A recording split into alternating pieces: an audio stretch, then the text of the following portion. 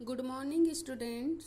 आज हम लोग आयनीकरण पढ़ेंगे। चैप्टर 2 में आयनीकरण। तो आयनीकरण क्या है? जब क्या होता है, अम्ल एवं क्षार के कुछ जलीय विलयन के व्यवहार को समझने के लिए बहुत सारे वैज्ञानिकों ने समय समय पर कुछ प्रयास किए। उसी प्रकार स्वीडन के जो वैज्ञानिक आरेनसन्स थे, उन्होंने 1884 में एक अवलोकन किया, जिसके आधार पर उन्होंने अम्ल और क्षार में कुछ विशिष्ट गुण देखे। उनके अनुसार अम्ल एक ऐसा अणु है जो जलीय विलयन में एच आयन देता है। समझ में आ रहा है? अम्ल और क्षार का कुछ विशेष गुण होता है, जिसके कारण क्या होता है, अम्ल का जब जलीय विलयन किया जाता है तो कौन सा आयन देता है? वो हाइड्रोजन आयन देता है। और एक कण, बस एक ही कण क्या होता है, उसका ऋण आवेशित आयन होता है।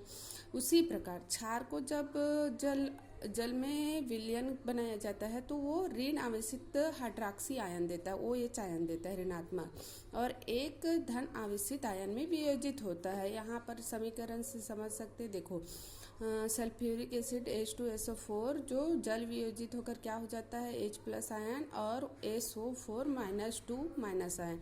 उसी प्रकार कैल्शियम हाइड्रोक्साइड में क्या होता है, कैल्शियम प्लस आयन में बदलता है और OH माइनस आयन।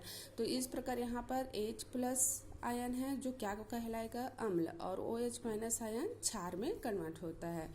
आगे उसी प्रकार एक एक्सपेरिमेंट किया गया है। यहाँ पर क्या एक्सपेरिमेंट किया गया है, क्या अम्ल केवल जलीय विलयन में ही आयन उत्पन्न करते हैं? तो उसी को यहाँ पर एक एक्सपेरिमेंट के माध्यम से बताया गया है। देखो यहाँ पे क्या क्या लिया गया है, एक बीकर लिया गया है, ठीक है। बीकर में क्या है, सोडियम क्लोराइड है। सोडियम क्लोराइड में H2SO4 की बूंदे परख नली के दीवार के सहारे से डाला जा रहा है। फिर इससे गैस निकलती है, जिस गैस को आर्द्र नीला लिटमस पेपर से चेक किया जाता है कि जो गैस निकल रही है वो गैस किसका है।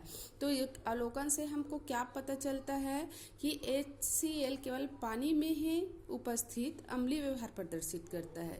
HCl किसके साथ अम्लीय व्यवहार प्रदर्शित करता है? केवल पानी के साथ प्रदर्शित करता है, क्योंकि ये जल के संपर्क में ही हाइड्रोजन परमाणु और आयन के रूप में अलग करता है। कुछ ऐसे ही यौगिक भी पानी के संपर्क में आने से क्या बना देता है, हाइड्रॉक्सी आयन बना देता है। तो जो हाइड्रॉक्सी आयन बनाता है वो क्या कहलाता है, क्षार कहलाता है।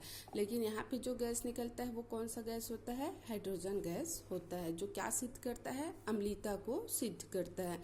अब देखो यहाँ पर एक क्वेश्चन बनता है, दुर्बल अम्ल क्षार, दुर्बल क्षार और दुर्बल अम्ल क्या होता है, प्रबल क्षार और प्रबल अम्ल क्या होता है, ठीक है।